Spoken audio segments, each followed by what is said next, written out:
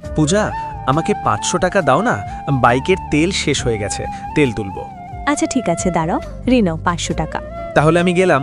এটি বলে রাহুল চলে যায়, কিন্তু কিছুক্ষণ পর রাহুল আবার তার বউয়ের কাছে মোবাইলের রিচার্জের জন্য টাকা চায়। তার বউ আবার তার ফোনে টাকা রিচার্জ করে দেয়। কিন্তু হঠাৎ একদিন রাহুল তার কলিগ মনোজের সাথে চা খেতে যাওয়ার প্ল্যান করে, কিন্তু তার কাছে কোনো টাকা থাকে না। আর এজন্য সে তার বউকে ফোন করে এবং বলে, আমি এবং মনোজ বাহিরে চা খেতে যাব, এজন্য আমাকে কিছু টাকা দাও। পূজা বলে, আচ্ছা দাঁড়াও, আমি তোমাকে টাকা পাঠিয়ে দিচ্ছি। আর এই কথাগুলো শুনে মনোজ বলে, আচ্ছা ভাই, আপনি আপনার যে কোনো বিষয়ে টাকা লাগলে আপনার স্ত্রীর কাছেই চান কেন?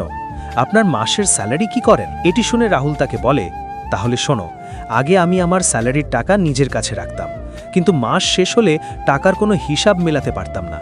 আর এজন্য পূজা আমাকে বলে, এরপর থেকে তুমি আমাকে তোমার স্যালারির টাকা দিয়ে দেবে, আর তোমার যা কিছু দরকার লাগবে তুমি আমাকে বলবে। এরপর থেকে আমার আর টাকার কোনো সমস্যা হয় না, সংসার চলে এবং মাসে অনেক টাকা জমাতেও পারি। এটি শুনে মনোজ বলে, ভাই তাহলে আজ থেকে আমি আমার টাকাগুলো আমার মায়ের হাতে তুলে দিব, তাহলে আমি আমার টাকাগুলো সেভ করতে পারবো।